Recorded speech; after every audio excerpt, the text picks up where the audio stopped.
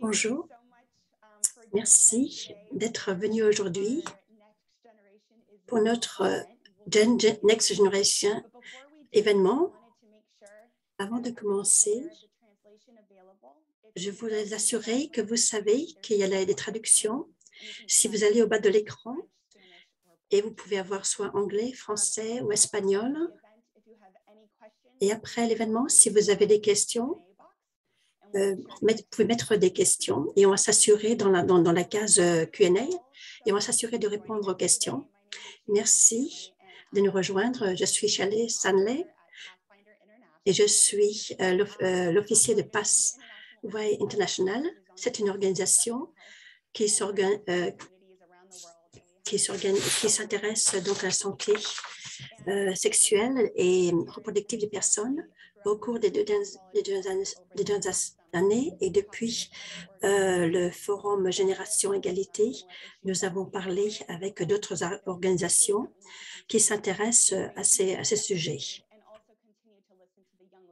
Et on continue d'écouter aux jeunes leaders qui étaient présents au forum Égalité. Nous, on lance cet événement aujourd'hui. C'est le premier événement et il y en aura d'autres qui vont avoir lieu au cours des années suivantes. Aujourd'hui, en célébration de la Journée mondiale de la contraception, on se concentre sur les jeunes leaders qui vont chercher des solutions. Donc, on va aller sur des discussions sur Firechat et on va rencontrer d'autres leaders. Donc, on a des problèmes avec la traduction portugaise. Donc, soyez patients jusqu'à ce qu'on règle ce problème. Donc, maintenant, on passe à la conversation Firechat, donc au coin de la cheminée.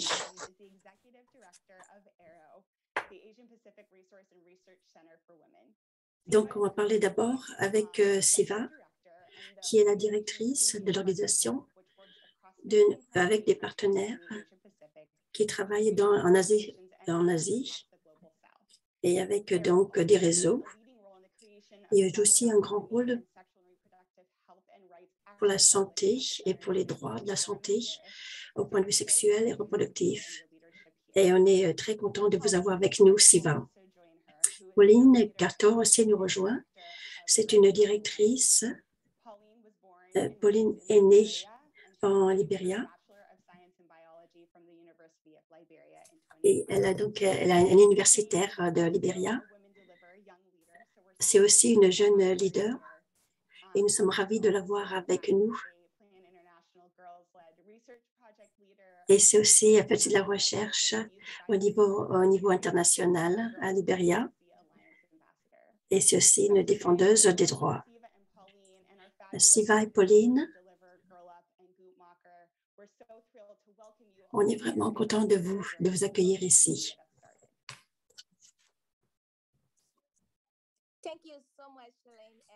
Merci, Shaline, et merci pour cette longue introduction.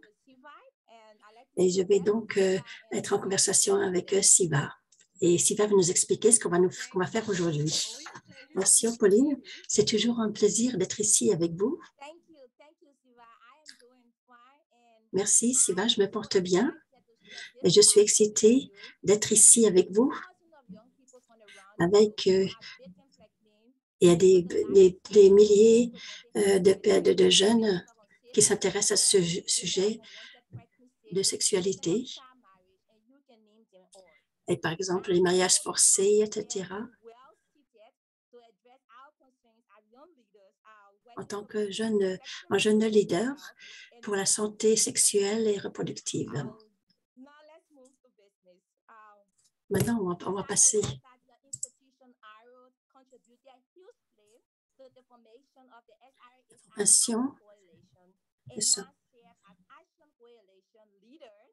En tant que leader, SA,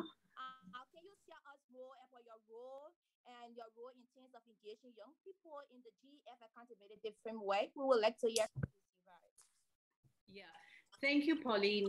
Merci, Pauline.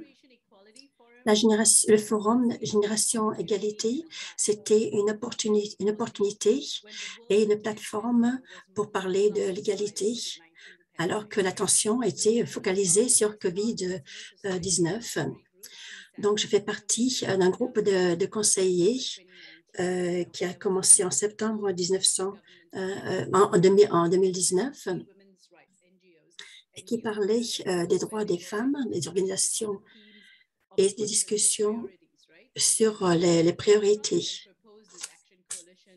Donc, il y a une coalition qui a été proposée et qui est supportée par les autres organisations féministes à cette réunion. Les bases de ce travail, de cette action coalition, c'est de pousser l'agenda, c'est d'avoir donc des positions dans les négociations gouvernementales. Et Pauline aussi avait une participation dans un mouvement et il y a aussi de l'expérience dans ces négociations, comme par exemple le service de santé et aussi tout ce qui concerne l'avortement. Donc, 26 ans après Beijing, il y a uniquement certains gouvernements rendent officiel et autorisé l'avortement et s'assurent que l'éducation sexuelle est dispensée.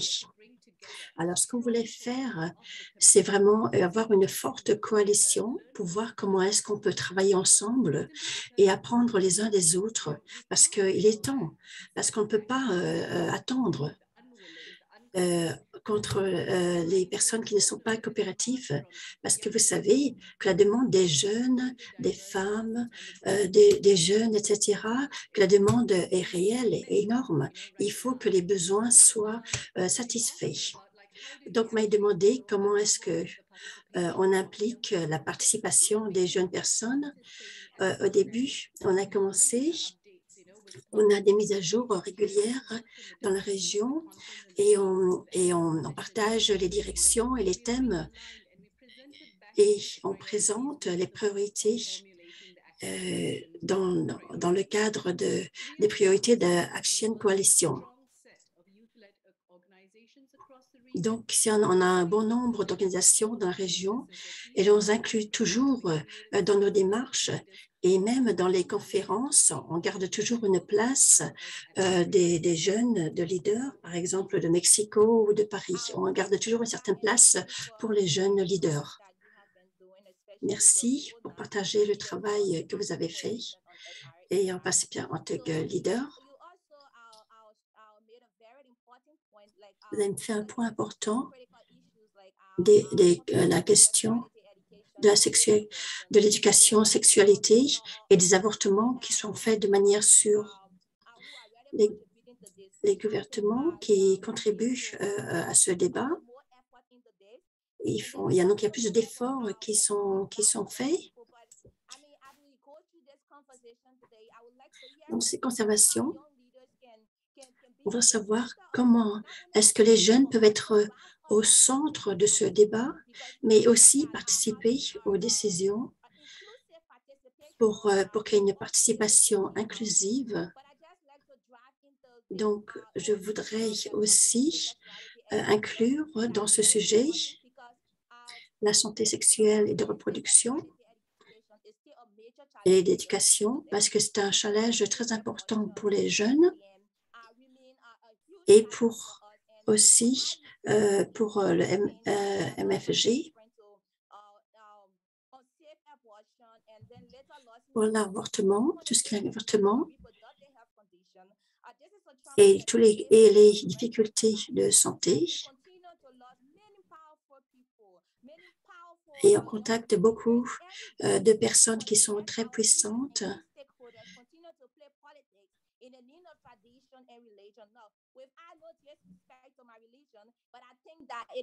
Mais je pense que donc vous dirigez cette coalition pour nos leaders. C'est important de continuer et un engagement pour l'éducation sexuelle et pour l'avortement de manière sûre. Je voudrais savoir, en tant que jeune leader, comment on peut les faire participer, comment on peut participer à ce débat. Merci, Pauline. L'histoire de ce mouvement, nous sommes des défenseurs et nous sommes passionnés par rapport à cette question parce que nos vies ont changé, soit parce qu'on a perdu des proches, ou parce que des avortements qui étaient dangereux, ou pour d'autres problèmes de santé. Et c'est pour ça qu'on est passionné et que malgré les difficultés, on continue à lutter dans ce sujet parce qu'on le fait non seulement pour nous, mais pour l'organisation, mais pour toutes les autres femmes et filles qui n'ont jamais eu l'opportunité d'avoir accès aux services de santé nécessaires. C'est pour l'éducation sexuelle et de reproduction. On est vraiment très engagés et on travaille en collaboration avec d'autres organisations, avec des forums de la jeunesse. Et on rassemble un grand nombre de jeunes de la région pour formuler leurs inquiétudes. Et donc, aujourd'hui, en raison de la COVID, on a dû faire en ligne et on a rassemblé 500 jeunes, y compris des personnes qui, normalement, ne pourraient pas participer en raison des restrictions de transport. On peut voir on ne peut pas nier que les jeunes sont vraiment, ont envie de participer à ces grandes actions qui définissent leur vie actuelle et leurs perspectives futures. Dans ce forum pour le développement durable, au niveau régional, qui sont une suite des SDG,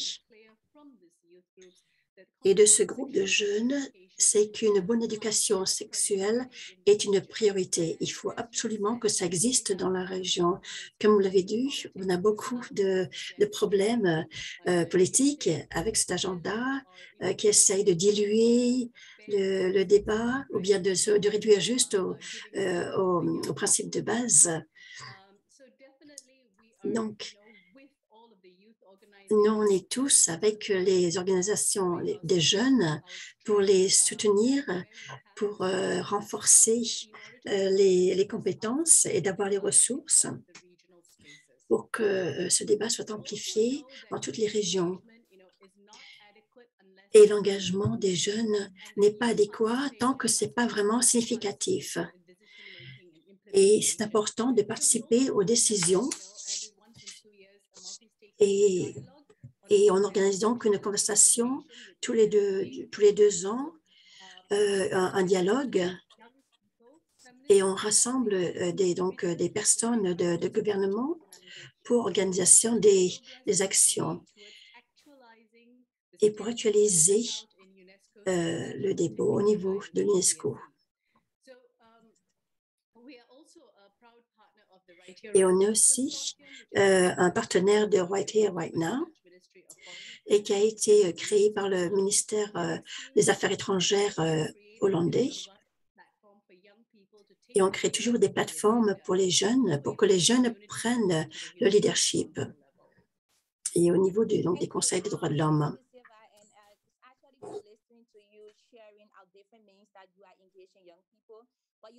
Donc, il y a différents moyens d'engager, de faire participer les jeunes.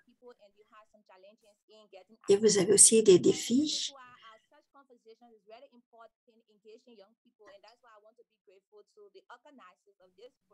Et donc, de reconnaître dans ce forum, c'est bon d'avoir un bon dialogue et de voir quels sont les défis que l'on rencontre. Et pour nous, pour les jeunes, c'est toujours un grand challenge. Et en particulier dans nos pays à nous, c'est pour ça nous avons aussi des représentants à Paris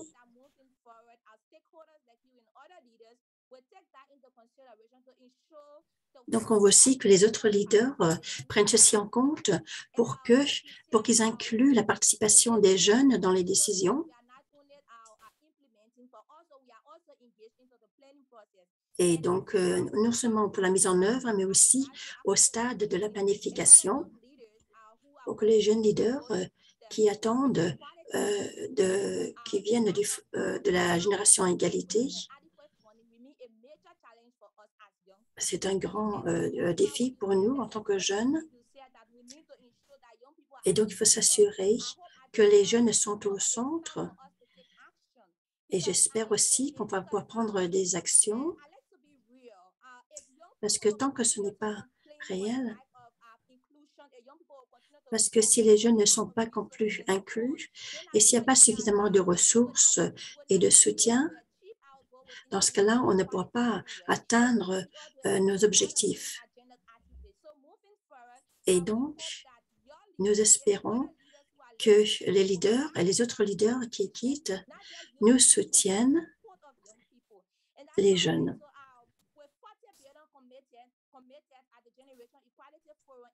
Et donc, c'est ce qui a été l'engagement qui a été pris au Forum Génération Égalité.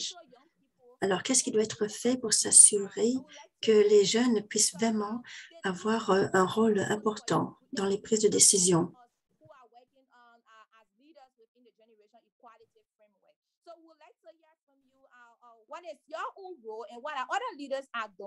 Alors, qu'est-ce que vous faites et qu'est-ce que les autres leaders font? C'est une question que tout le monde se pose quand on parle donc des droits des femmes. Où est l'argent? Où est l'argent pour les organisations des jeunes?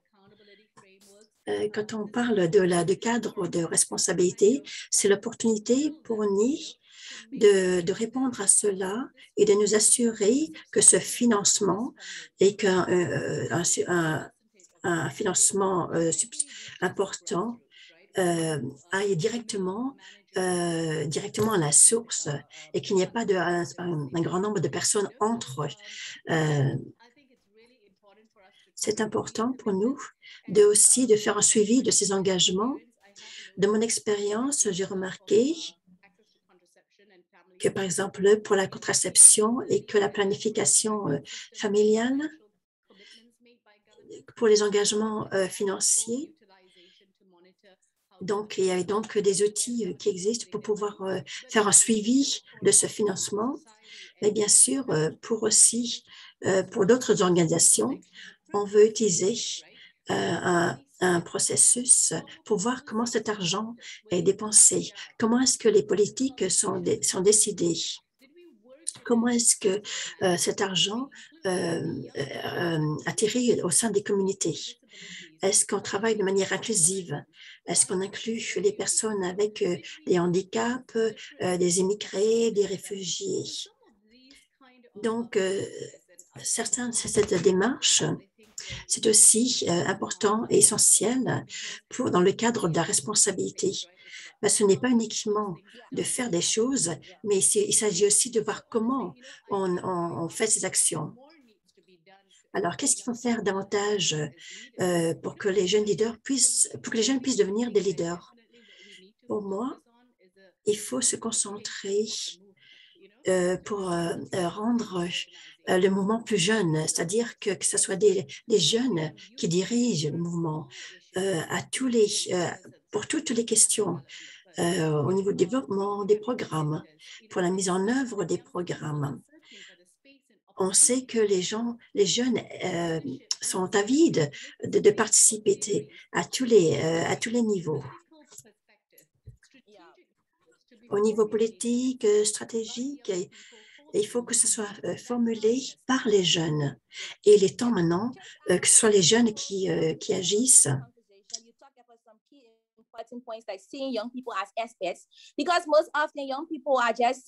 La plupart des jeunes sont vus comme des bénéficiaires, mais ils veulent aussi devenir des organisateurs et avoir leur mot à dire. Et Et pas uniquement la question de l'avortement, quand nos sœurs connaissent vraiment bien ce genre de questions. Donc, c'est pour ça. Donc, les jeunes sont prêts pour prendre des actions et pour s'assurer que les jeunes aient un rôle important à jouer. Donc, les jeunes vraiment attendent de pouvoir participer et d'avoir un rôle le plus important.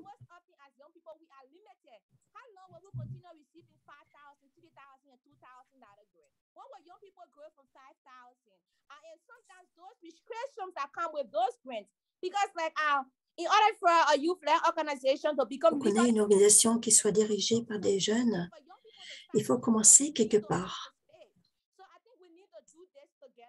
Donc, il faut qu'on fasse cela ensemble et qu'on travaille avec d'autres organisations pour s'assurer que les jeunes sont aussi au centre de toutes les activités. Donc, quel message voulez-vous envoyer à nos jeunes leaders pour augmenter leur participation? Et quel message voulez-vous donner aux décideurs?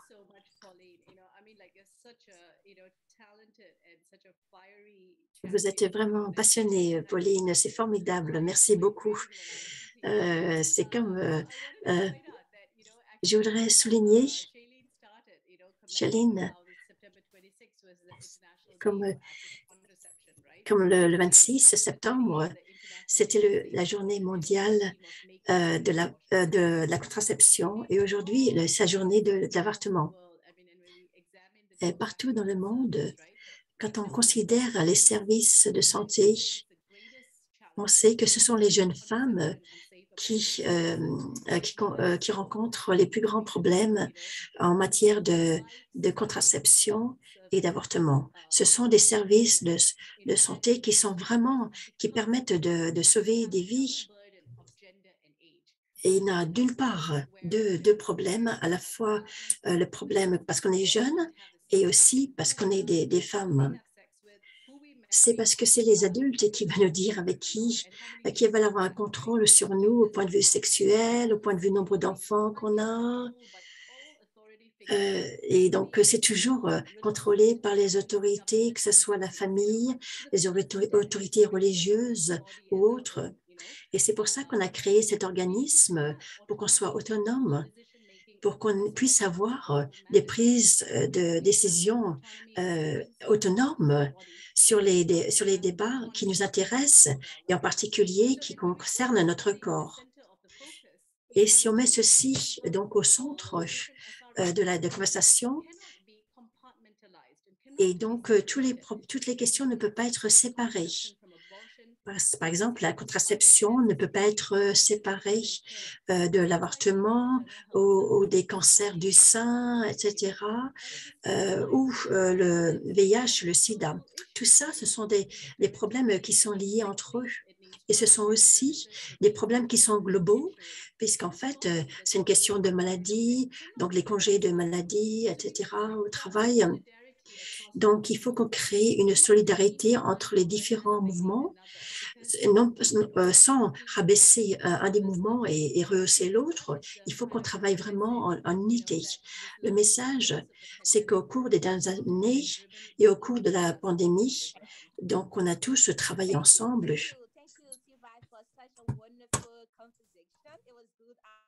Having this fire chat conversation with you today. We look forward to further action from you and your team. And I want you to remember, and all stakeholders are listening to this, that young people need the necessary. Et je veux dire que les jeunes ont besoin de support et de financement, et en particulier au niveau à la base. Thank you, Shailene. The mic is yours. Perfect. Thank you so much, Pauline and Siva, for the fantastic. Merci, Pauline et Siva, pour cette conversation. C'est toujours un privilège d'en entendre de personnes qui sont des leaders de par le monde et dans leur engagement. Maintenant, on va passer au panel. Et vous pouvez utiliser les questions et réponses, donc un petit icône à la fin. Et aussi, on va passer donc à hashtag génération maintenant. C'est maintenant Charles qui va continuer la conversation avec les jeunes leaders et à travers le monde. Donc Dr. Charles Ogori, c'est un conseiller technique de haut niveau au Kenya. C'est un médecin avec 15 ans d'expérience avec les adolescents et aussi dans la programmation de la santé.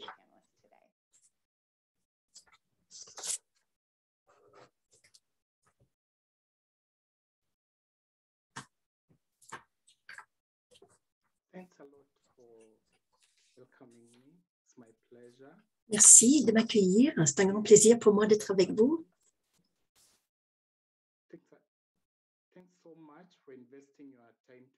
Merci de passer du temps avec nous.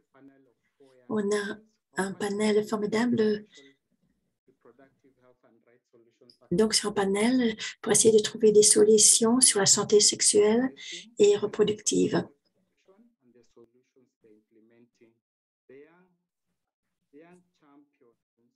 Ce sont des champions,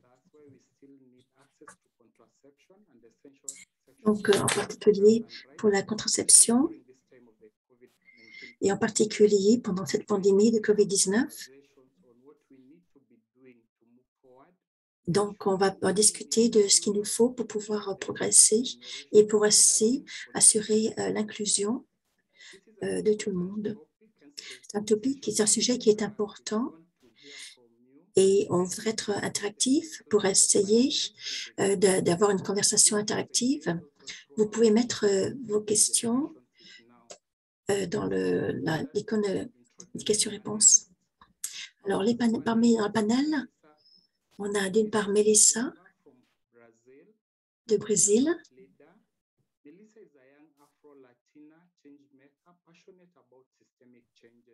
Elle est passionnée pour les changements systémiques. Elle a donc de l'expérience de l'inégalité dans les communautés.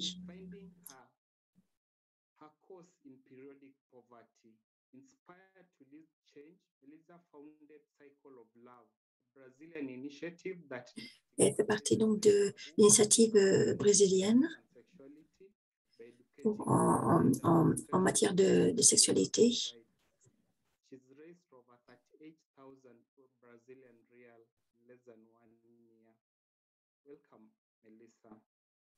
Bienvenue, Melissa. On a aussi Lilibet qui est présente dans le panel. Et elle vient d'Ouganda, elle est une team leader. Et c'est une ambassadrice de la santé publique.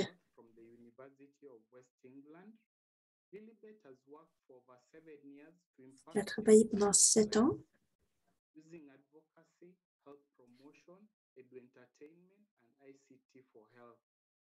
pour la défense de la santé. C'est une ambassadrice de la santé publique d'Ouganda pour trouver des solutions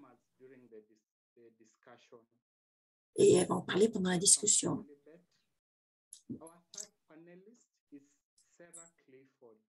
Et on a aussi Sarah Clifford des États-Unis.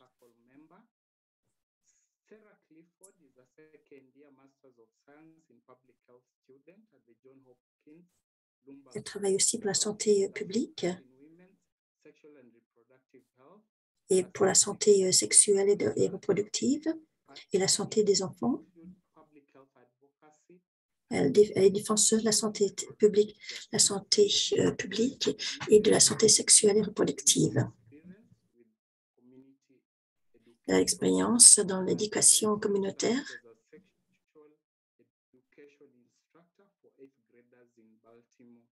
et elle travaille à Baltimore pour l'éducation sexuelle. Et on a également Kazuko Fukuda. qui est une militante pour la santé sexuelle et reproductive. Et il a fait un master en santé publique et l'égalité.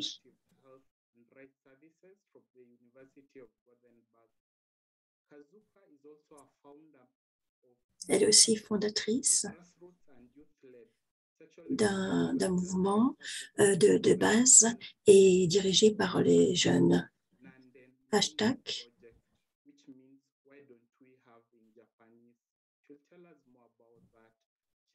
Elle va nous dire plus de son mouvement.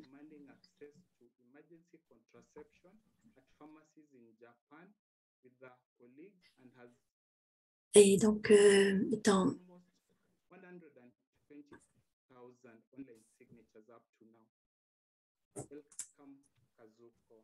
et Kazuko, qui est du Japon, qui a fait une pétition de 120 000 participants.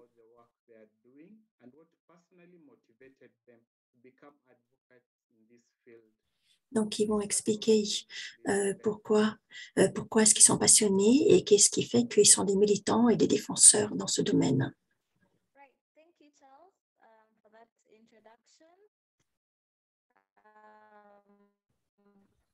Donc, c'est Lilibet qui va parler maintenant.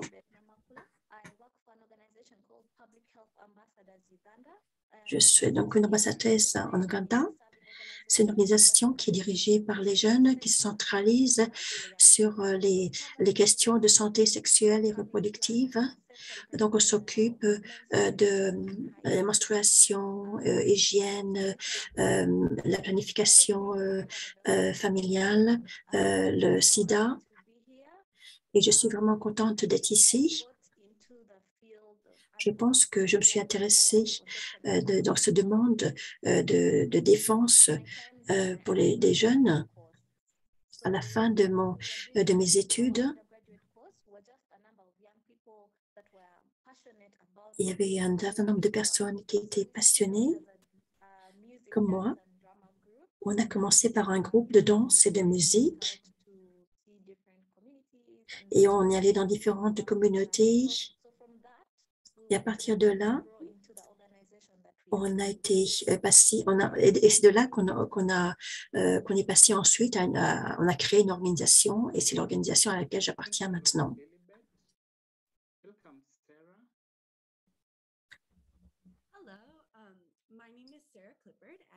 Je m'appelle Sarah Clifford et comme Charles a dit, je suis étudiante et j'ai aussi travaillé en tant qu'éducatrice en sexualité aux États-Unis où j'habite.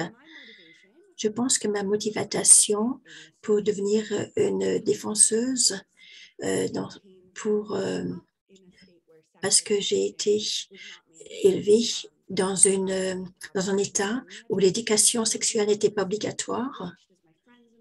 Donc, je regardais mes amis et moi, on recevait des informations sur les possibilités qu'on avait en matière de contraception. Et donc, je voudrais que les jeunes soient beaucoup plus entendus parce que les gens peuvent participer aux conversations et vraiment donner une bonne expérience et aussi donner une nouvelle perspective parce que les jeunes sont beaucoup plus, refusent en fait les statu quo et sont toujours ils veulent changer les choses.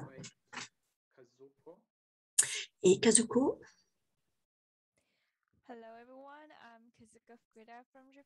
Je viens du Japon. Comme Charles a dit, comme défenseuse et avocate au Japon, je demande d'avoir plus de contraception qu'on n'a pas au Japon, aussi l'utilisation de contraception au Japon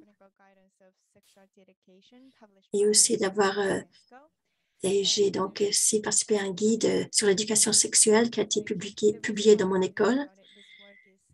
J'ai commencé ce travail parce que, vu mon expérience, quand j'étais en Suède pendant une année en tant qu'étudiante, je suis née au Japon et je ne me suis jamais imaginée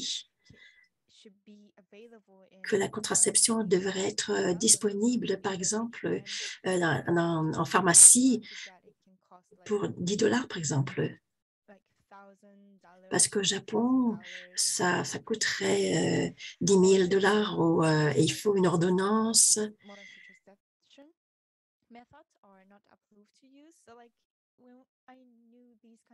Je savais que ce genre de choses, j'étais tellement surprise quand j'ai vu ça et j'ai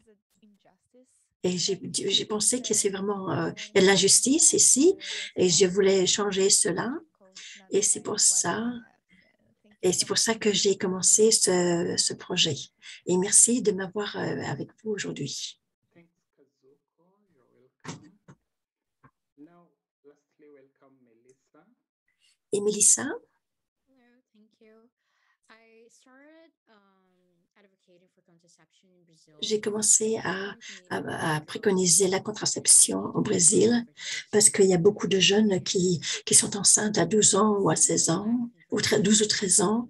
Il y a un manque d'informations dans ma communauté et on se demande pourquoi est-ce que toujours ça se passe tout le temps et pourquoi est-ce que ça ne change pas.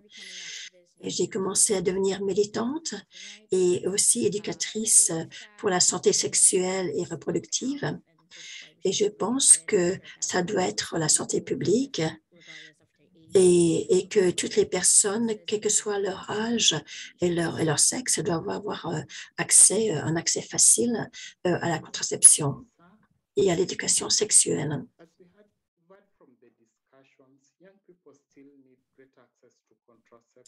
Donc, il faut toujours encore connaître, comme on voit, avoir un bon accès à la contraception.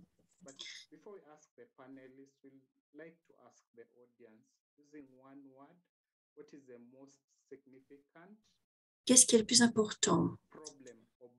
Le problème au sein de notre communauté.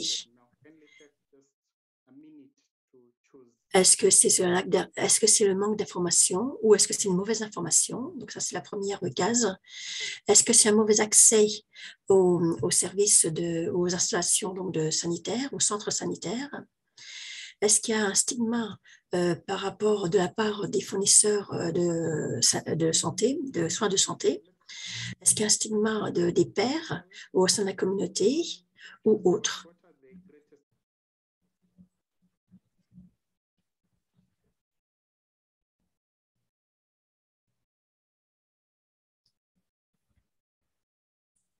Charles, I believe Sorry for that. So we are having lack of information. Donc, le manque d'informations, les mauvaises informations, la majorité des personnes a répondu que c'était ça un grand problème. Et aussi, un stigmate de la part des pairs de la communauté et aussi de la part des fournisseurs de soins. Et en dernier, on a donc un accès difficile aux installations sanitaires.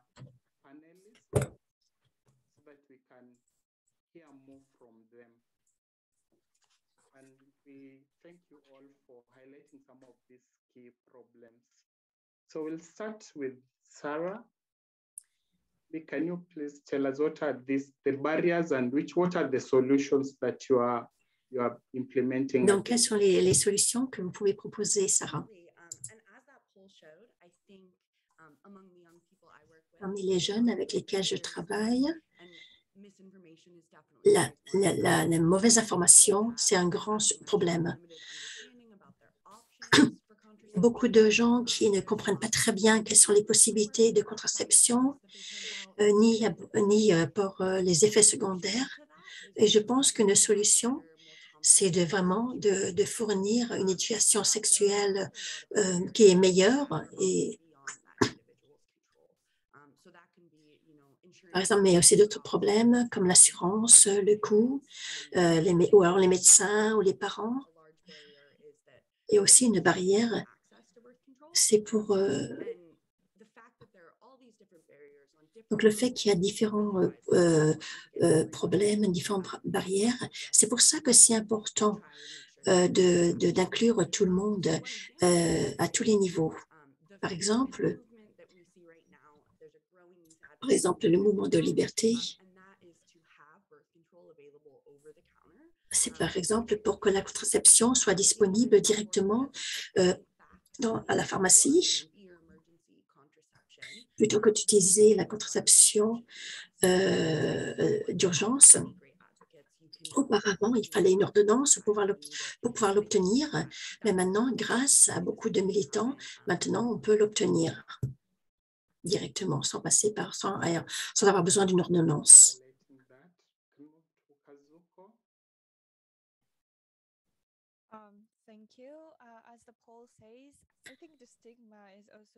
Le stigma, c'est aussi un grand problème au Japon. Le plus gros problème, c'est le manque d'information. Par exemple, de demander les options pour contraception au Japon, par exemple l'implant, le patch ou les injections ne sont pas disponibles au Japon. Par exemple, j'ai demandé les compagnies pharmacologiques, pourquoi est-ce qu'on n'a pas ça?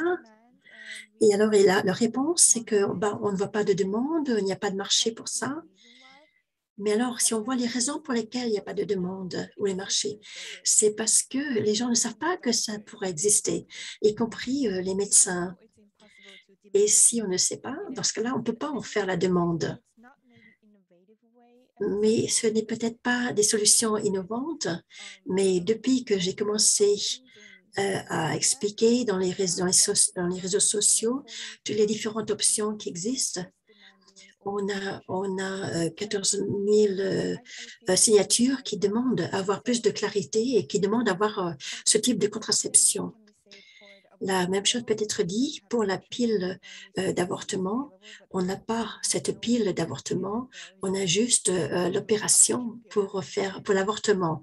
On ne savait même pas qu'il existait une pile qui permettrait d'avoir l'avortement. Donc, c'est important de sensibiliser les gens à toutes les options qui sont disponibles.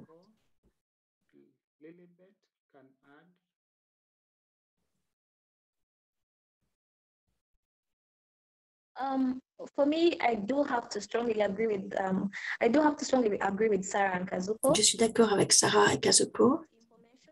C'est mon problème d'information. Pour Kazuko, les gens ne connaissent pas les possibilités qui existent au Japon. Pour d'autres personnes, c'est peut-être ne pas connaître les effets secondaires. Et pour nous, en Ouganda,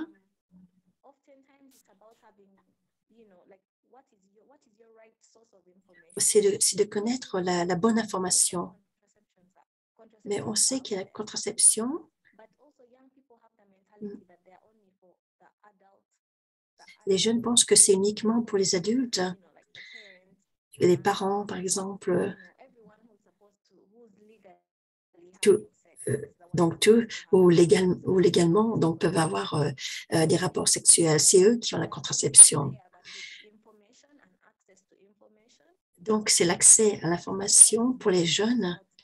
Ça, c'est un des grands problèmes. C'est avec l'information qu'on a le pouvoir. Et il est important aussi d'avoir l'information qui sont correctes, parce que sinon, les personnes ne savent pas ce qui est correct et incorrect.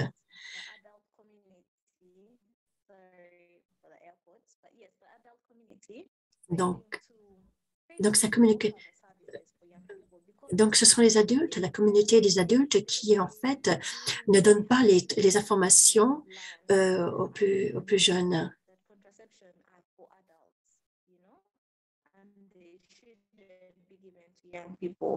Donc, la contraception n'est pas uniquement pour les adultes, mais devrait aussi être donnée aux jeunes.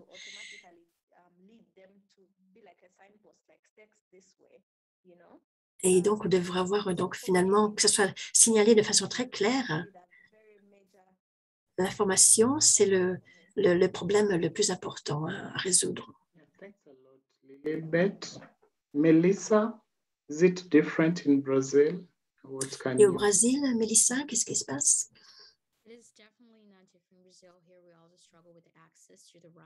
On a le problème d'accès à la bonne information au Brésil. Ils utilisent les condoms, les préservatifs en priorité. Dans le système de la santé,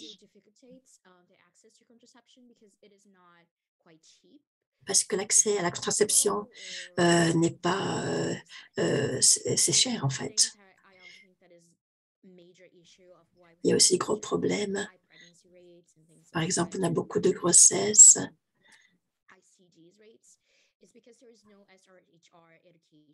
Parce qu'il n'y a pas d'éducation à l'école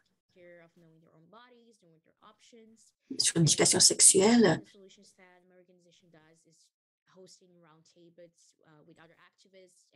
Donc, on a essayé de faire des partenaires avec d'autres militants et même avec le gouvernement. Et on a essayé donc de créer une collaboration pour travailler ensemble. Et aussi le stigma des fournisseurs, parce qu'en fonction de l'âge, parce qu'on vous interpelle, on vous pose la question, pourquoi est-ce que vous voulez la contraception? Vous êtes jeune, trop jeune pour ça. Donc, c'est compliqué. Et donc, je pense que ce sont les problèmes que l'on rencontre actuellement au Brésil. Thanks a lot, Melissa. Just to circle back on COVID-19, what has been your experience as young leaders and what are avec COVID-19, quelle a été l'expérience des jeunes leaders?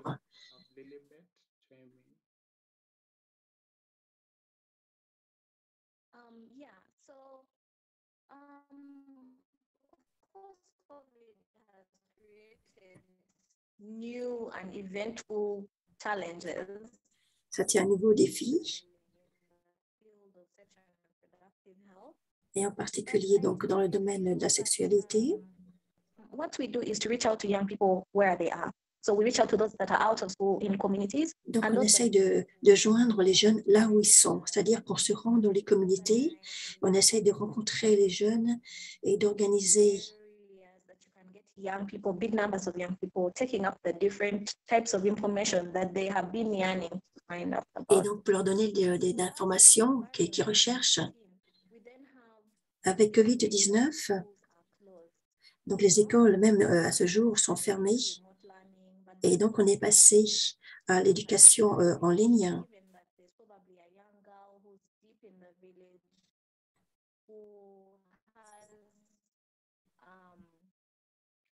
Et par exemple, et là, c'est des problèmes, par exemple, des jeunes filles qui sont dans des villages isolés et qui ont des problèmes de connexion. Et donc, notre stratégie, c'est d'essayer de joindre justement les personnes qui sont dans les communautés isolées.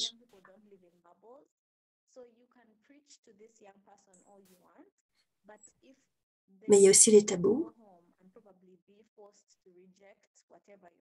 Mais donc, si on peut, mais le problème aussi, c'est que si on donne des informations, mais qu'après, quand ils rentrent à la maison et que ces informations sont rejetées par le milieu, donc ça ne sert pas à grand-chose. Donc, on essaye d'une approche élargie pour essayer de toucher les personnes dans toutes les communautés, dans toute la communauté. Quand on travaille avec les jeunes et les très jeunes,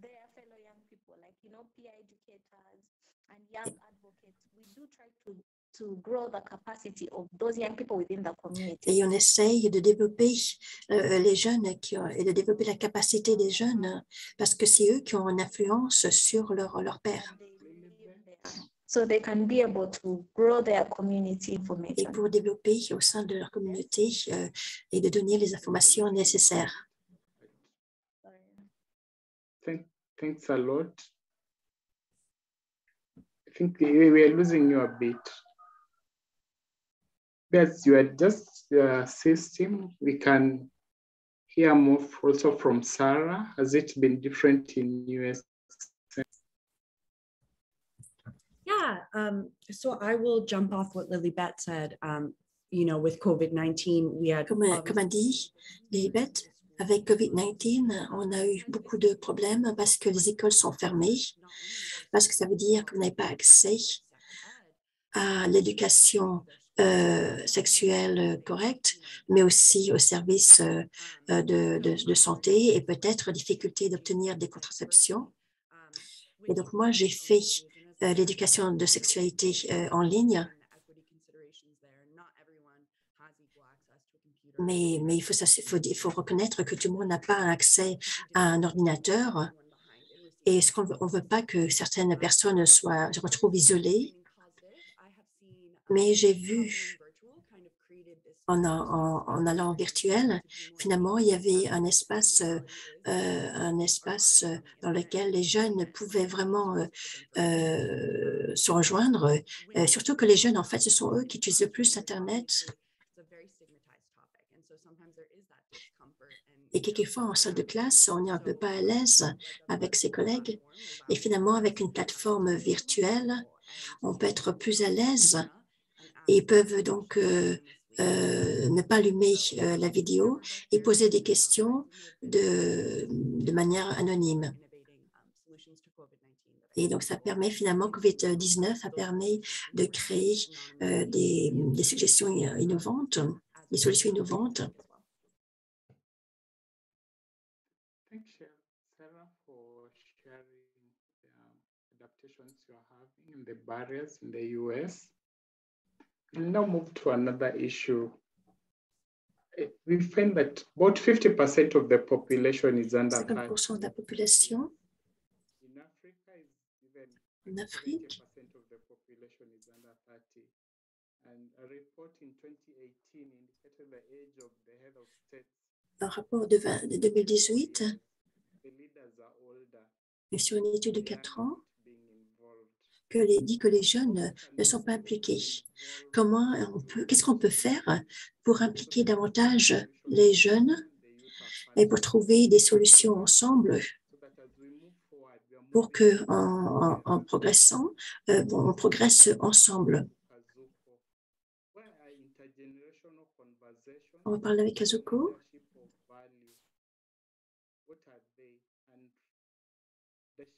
Quelles sont les valeurs de leadership? Est-ce que vous avez un exemple de réussite, d'inclusion des jeunes, de jeunes leaders?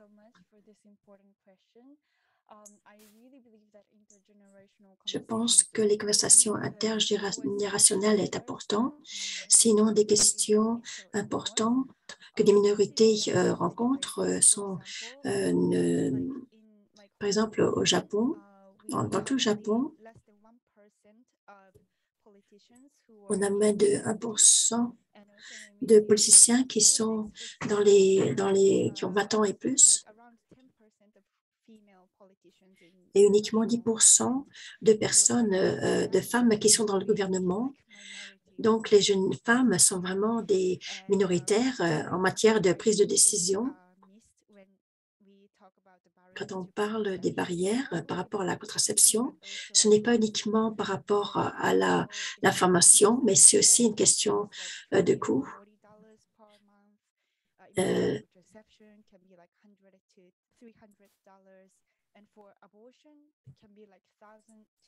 Par exemple, pour la contraception, ça peut être $300. Pour un avortement, ça peut être $2000, par exemple. Donc, même si on a les connaissances, les personnes ne peuvent pas y accéder en raison des coûts élevés de ces services. Et beaucoup de Japonais n'ont pas d'assurance. Et les politiciens, ils ont une assurance inclusive, peut-être. C'est vrai que l'assurance est relativement pas chère, mais la santé des femmes, y compris contraception, grossesse, etc., ne sont pas couvertes par cette assurance sociale. Et donc, d'où on n'a pas la diversité au point de vue des personnes qui prennent les décisions. Là, je travaille sur le débat de la contraception parce que ce n'est pas disponible dans les pharmacies et que c'est très cher. $300. Et l'année dernière, le gouvernement a essayé de mettre en place des politiques d'égalité des sexes. Et pour la première fois, ils ont donné une certaine place aux jeunes. Par exemple, une de mes amies militantes, elle a donc réuni plus de 1000 paroles de jeunes. Et en regardant ces opinions, ils ont réalisé qu'un grand nombre de personnes ont mentionné la contraception d'urgence. Et donc, ils ont fait une pétition en ligne qui a rassemblé beaucoup de signatures. Et on va considérer. Et donc, le gouvernement, dans les 5 ans, ils ont considéré ça. Ils ont dit que dans les 5 ans, on va considérer la contraception d'urgence dans les pharmacies. Donc, je pense que nos actions ont eu un effet. Une fois que nos voix des jeunes est inclus dans le gouvernement, on peut faire des changements au niveau du pays et des changements qui peuvent avoir des avantages pour les jeunes ou pour les femmes et les minorités. Et c'est pour ça que je pense que la diversité au sein des décideurs est importante, et y compris la diversité générationnelle.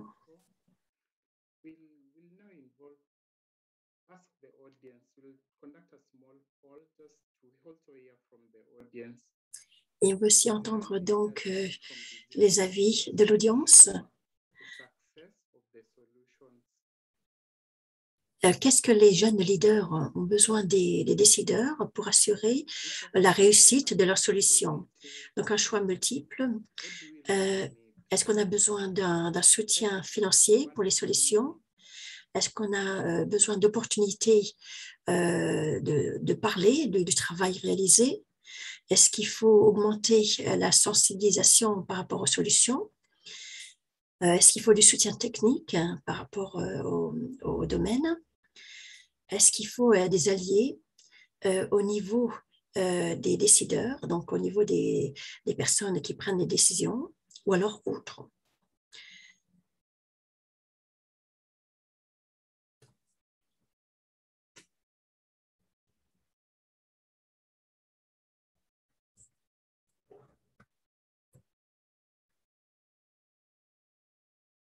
Yeah, thank you.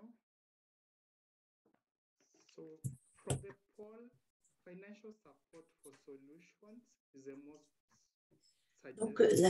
donc c'est en premier de support, un soutien financier pour les solutions, et ensuite des alliés, se faire des alliés au niveau des décideurs.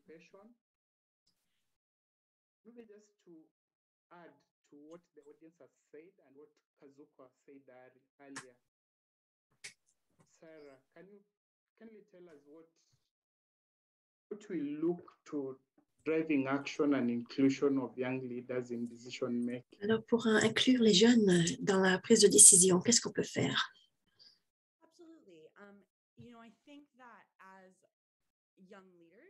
En tant que jeune leader, quand je suis écoutée le plus, c'est parmi les adultes qui font vraiment un effort pour essayer de briser le mur qui existe entre les générations. Et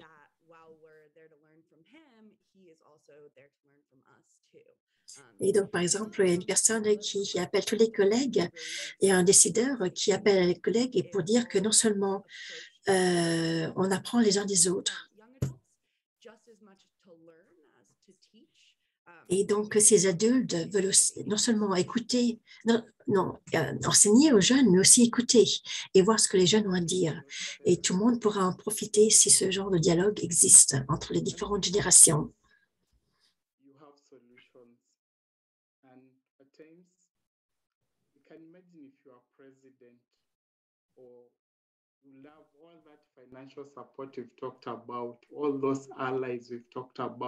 Donc, les alliés au niveau de donc, support financier.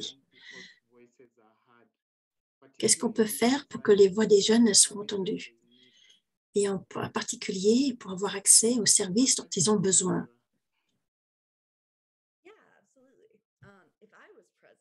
Si moi j'étais président, je voudrais, comme on l'a dit, je voudrais que la participation des jeunes soit vraiment significative et importante. Et pour faire cela, en tant qu'adulte, un leader adulte doit avoir la volonté de travailler avec les jeunes et avec les communautés marginalisées.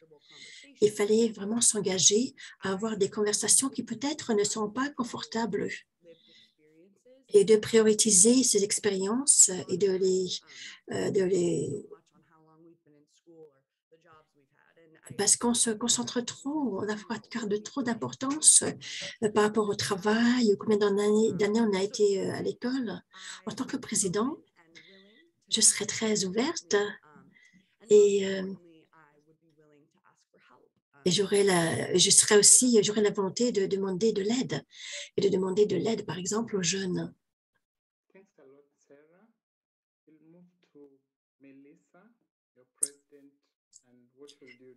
Alors, Melissa, en tant que présidente, qu'est-ce que vous feriez? Au Brésil, il y a un mur entre le service public et les militants.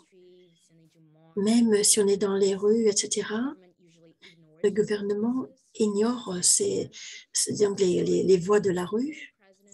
En tant que président, le rôle, c'est d'écouter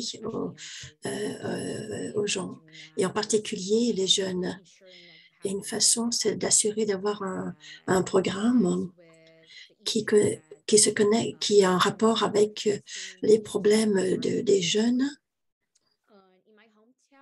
Dans ma ville d'origine,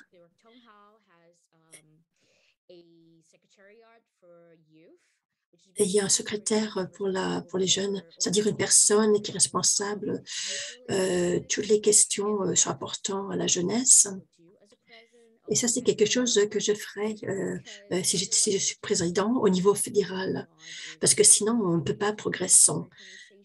Parce que si on n'a pas ce genre de conversation et que s'assurer que tout le monde a les mêmes droits, donc on ne pourra pas progresser.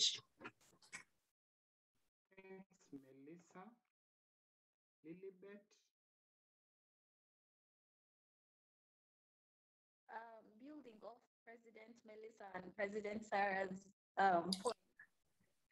Je suis d'accord avec les points des présidents Sarah et Melissa.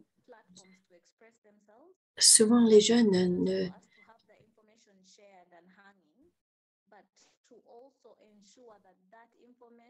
Donc, c'est important d'avoir l'information, mais une fois que l'information est diffusée, et s'assurer que l'information est utilisée et incorporée dans les différentes structures et systèmes, pour que globalement, les jeunes dirigent et fassent des interventions s'ils le désirent.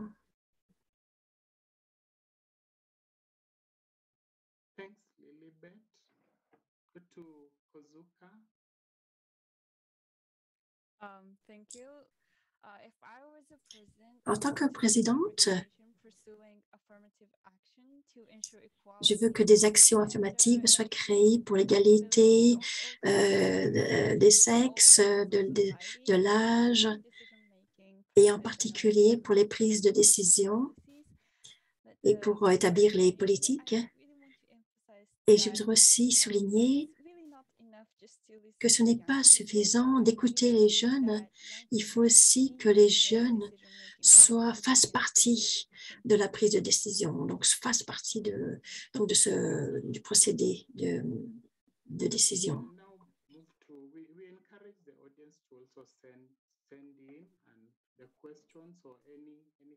Donc, vous pouvez maintenant proposer vos questions.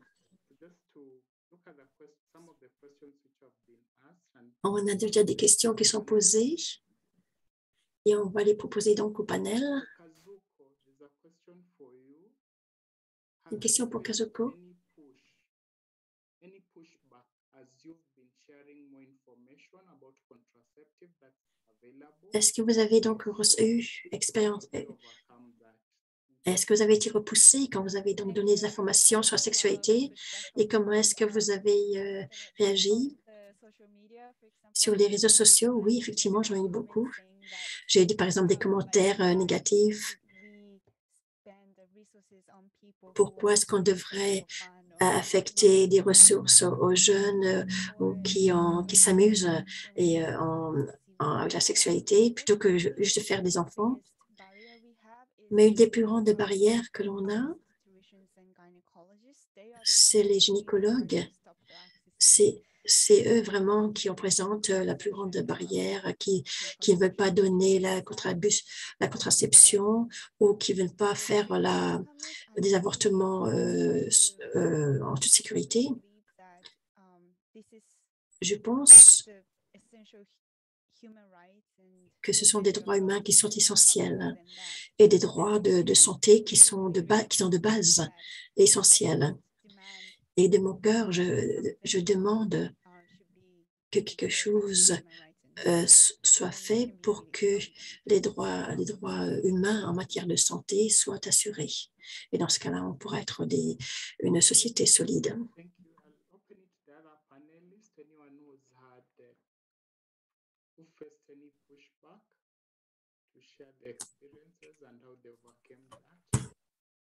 Sorry, and also it's really useful to use the resources from WHO or those international. Et c'est aussi aussi très utile d'utiliser des ressources comme par exemple l'Organisation mondiale de la santé et autres organisations similaires. Moi, donc, réaction négative. Et par exemple, j'ai eu comme réaction, si on donne un préservatif à quelqu'un, un jeune, il aura plutôt tendance à avoir des rapports sexuels. Et moi, j'ai répondu, le fait de demander à un gamin de mettre la ceinture de sécurité, ça ne veut pas dire qu'il sera impliqué dans plus d'accidents. Et c'est pareil pour la contraception, ça ne veut pas dire qu'il y aura plus de rapports sexuels. Mais c'est juste pour rester sur...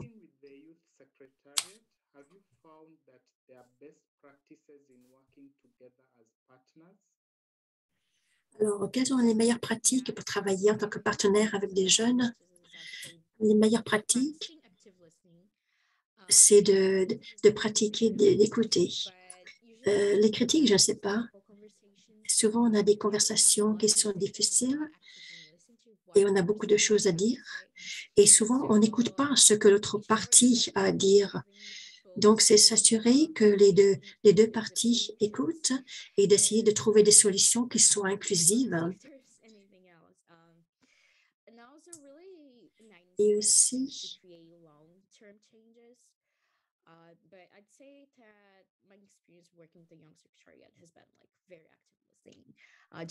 oui, donc d'écouter de manière très active, de voir ce que chacun a à dire, de trouver la voie médiane et pour essayer de trouver des solutions ensemble.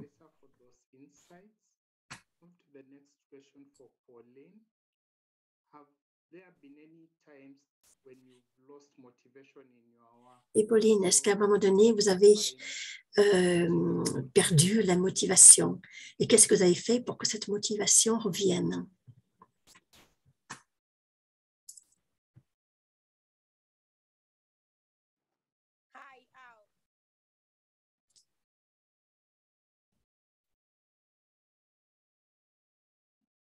Pauline, can't hear you. Can you mute?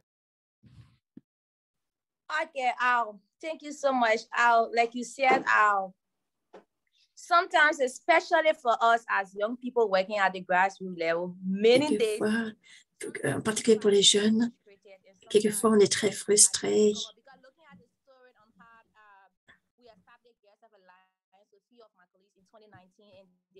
Par exemple, en 2019, 2020,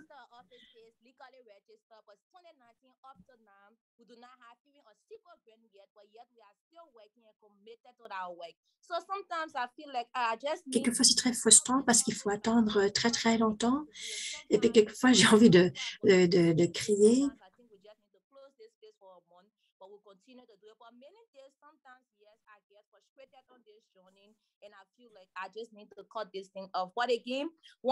Donc, il faut juste donc ne pas abandonner et de continuer.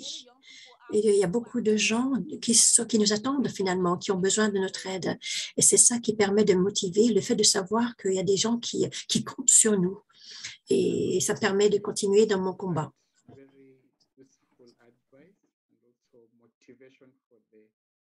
Merci, de très bons conseils pour la motivation.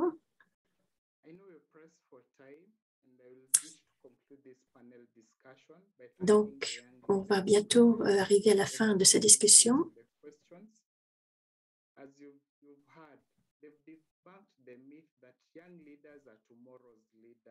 Les jeunes leaders, finalement, ce sont les leaders de demain, de l'avenir.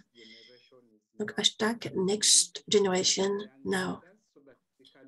On va encourager les jeunes leaders pour qu'on puisse progresser parce que c'est eux qui vont donc former les politiques de l'avenir. Et donc, merci. Merci, Charles, et à toutes les personnes du panel, les jeunes leaders. C'est formidable d'entendre vos opinions et les solutions que vous essayez de faire passer.